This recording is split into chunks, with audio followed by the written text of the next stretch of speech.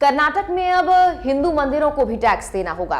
राज्य सरकार ने बुधवार को विधानसभा में Hindu religious institutions and charitable endowment bill पारित कर दिया है, जिसमें कहा गया कि सरकार उन मंदिरों की आय का 10% इकट्ठा करेगी जिनका राजस्व यानी रेवेन्यू 1 करोड़ से भी ज्यादा है।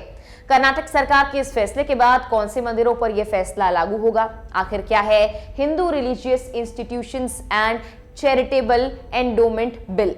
इस पर विस्तार से बात करेंगे। साथ ही मंदिरों से टैक्स के इस फैसले पर कर्नाटक में विपक्षी पार्टी भाजपा ने सरकार को घेरना शुरू कर दिया है, उस पर भी आपको अपडेट बताएंगे।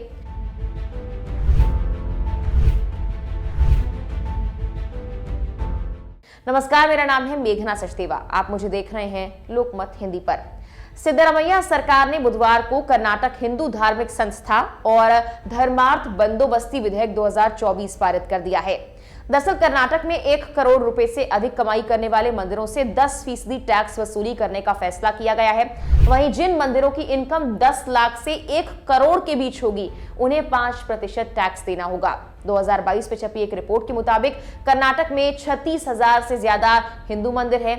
इनमें मंदिरों में सालाना करोड़ों का राजस्व आता है। उन मंदिरों को उनके राजस्व सृजन के आधार पर ग्रेड ए, बी और सी के रूप में भी वर्गीकृत किया गया है।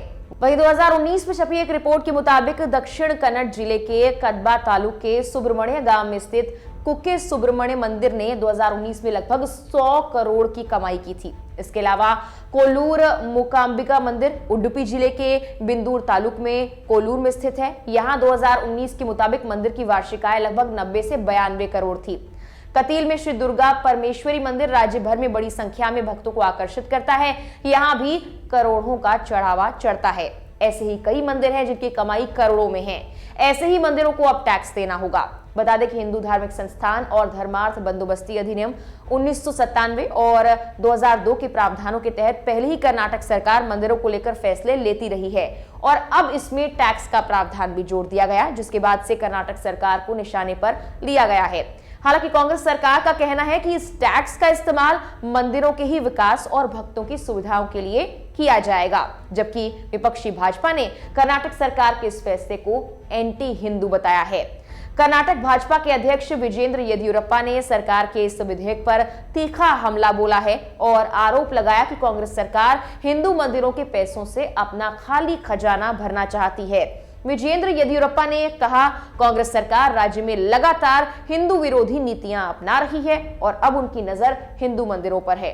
सरकार ने कर्नाटक हिंदू धार्मिक संस्थान और धर्मार्थ बंदोबस्ती विधेयक 2024 अपने खाली खजाने को भरने के लिए पारित किया है। कर्नाटक भाजपा अध्यक्ष ने कहा कि यह सरकार मंदिरों की 1 करोड़ से ज्यादा की कमाई पर 10% टैक्स लगाएगी और ये कुछ नहीं, गरीबी है। श्रद्धालुओं द्वारा दिए जाने वाला चंदा मंदिरों के पुनर्निर्माण और श्रद्धालुओं के लिए सुविधाएं बढ़ाने में इस्तेमाल होना चाहिए, लेकिन अगर ये किसी अन्य उद्देश्य से आवंटित किया जाता है तो ये लोगों की आस्था के साथ धोखा होगा। येदियुरप्पा ने इस बात पर भी हैरानी जाहिर की कि सरकार सिर्फ हिंदू मंदिरों को ही क्यों निशाना बना रही है। बीते दिनों कर्नाटक सरकार ने जो बजट पेश किया था, उसमें भी सरकार ने वक्फ बोर्ड को 100 करोड़ रुपए और ईसाई समुदाय को 200 करोड़ रुपए आवंटित किए थे। इस पर भी उस वक्त भाजपा सांसद तेजस्वी सूर्या ने आरोप लगाया था कि कर्नाटक सरकार हिंदू समुदाय का इस्तेमाल अन्य धर्मों को आर्थिक रूप से समृद्ध करने के लिए कर रही है। सूर्य ने आरोप लगाया था कि सरकार ने हिंदू मंदिरों से करीब 445 करोड़ का राजस्व इकट्ठा किया और उसमें से हिंदू मंदिरों के लिए महज 100 करोड़ ही आवंटित किए गए। वहीं टैक्स वाले विधेयक के मामले पर भाजपा नेता के सवालों पर कांग्रेस नेता और कर्नाटक सरकार के मंत्री रामलिंगा रेड्डी ने प्रतिक्रिया दी। उन्होंने भाजपा पर कांग्रेस को हिंदू विरोधी बताकर राजनीतिक लाभ लेने का आरोप लगाया। रेड्डी ने जोर देकर कहा कि कांग्रेस ने सालों से मंदिरों और हिंदू हितों की रक्षा की है। उन्होंने विजेंद्र येदियुरप्पा को निशाने पर लेते हुए कहा कि यह स्पष्ट है कि भाजपा हमेशा ये दावा करके राजनीतिक लाभ लेती है कि कांग्रेस हिंदू विरोधी है। हालांकि हम कांग्रेस खुद को हिंदू धर्म का सच्चा समर्थक मानते हैं, क्योंकि वर्षों से कांग्रेस सरकारों ने लगातार मंदिरों और हिंदुओं के हितों की रक्षा की है। पूरे मामले पर आपकी राय क्या है, कमेंट कर हमें जरूर बताएं। फिलहाल के लिए इस वीडियो में इतना ही। नमस्कार।